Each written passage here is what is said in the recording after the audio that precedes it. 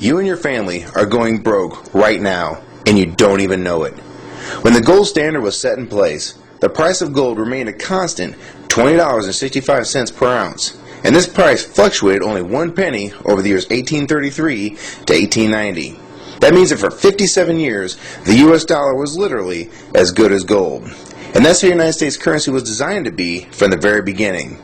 The Constitution states that our currency was meant to be only gold and silver, to prevent exactly what's happening to the US dollar right now. From the years 1891 to 1930, the price of gold per ounce was still very stable. The low was $20.58 per ounce, and the high was $21.32. And this means that between the years of 1833 to 1930, for a total of 97 years, the price of gold changed in US dollars only 74 cents from top to bottom. Interestingly enough, the price of gold hit an all-time low during the Depression year of 1931.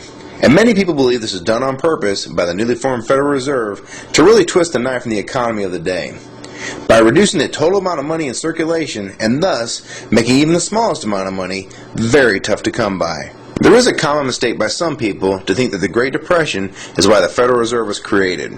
The truth is the Federal Reserve was in fact created in 1913, and this is well before the Great Depression. Since the Fed's creation, we've been slowly going off the gold standard, until finally, on August 15, 1971, President Nixon, one of the worst presidents in our country's short history, announced the United States would no longer redeem U.S. currency for gold.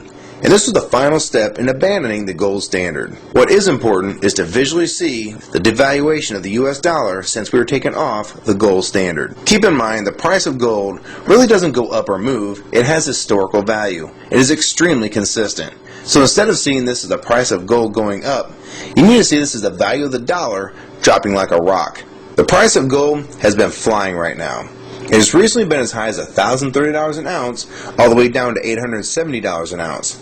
And what I find most interesting is if you want to buy a brand new Corvette convertible in 2008, it would cost roughly $55,000. So in gold, that would be roughly 60 ounces of gold at the spot price of $930 per ounce.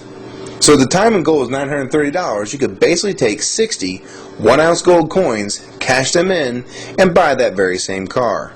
Inversely, if you remove inflation and the devaluation of the dollar, as if the U.S. currency was still attached to the gold standard, as it was originally intended when this country was founded, that same car being bought with the same 60 ounces of gold would have a gold standard value of only $1,200, or the same 60 $20 1-ounce double eagles.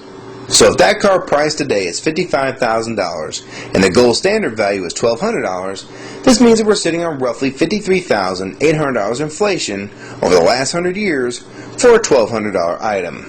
This brings the original dollar value to roughly 2 cents of today's money. I'm sure this is pretty tough to imagine, and some people can't handle this concept and will try and blow it off as incorrect. The fact is, this is what's really going on with our currency. Don't believe me? Try this one. Back in 1964 and earlier, a quarter would buy you roughly a gallon of gas. This is because the quarters made in 1964 and earlier were made of 90% silver and 10% copper. So the spot price of silver being $17.20 an ounce, this makes that quarter's actual value $3.11. So you can see that same 1964 quarter will still buy you roughly a gallon of gas today. And in case you're wondering, it takes about 5.5 silver quarters to make up a full ounce of silver. This is a fact. The price of gold may fluctuate with the value of the dollar. But this doesn't change the fact that precious metals such as gold and silver have maintained their value throughout time. And the only thing that changes is the value of the currencies that are not tied to gold and silver. This is what the Founding Fathers warned us about and tried to prevent from happening with the Constitution. What people need to understand is that the excess printing of the United States currency is just another tax on the American people. It takes the value of the dollars that they have and makes them worth less in the long run. Meanwhile, you're still making roughly the same amount of money, yet the prices for everything from gas to milk are going up constantly, when in fact, nothing is really going up in price. It's the dollar's actual value that's been dropping and not prices going up. I can't emphasize this enough. If you like this video and find it helpful, please rate it and share your comments on the subject, favorite it, and most importantly, please share this video with everyone you know. I can't tell you how important this is. We need to let people know that they're losing all they worked so hard for and they don't even know it.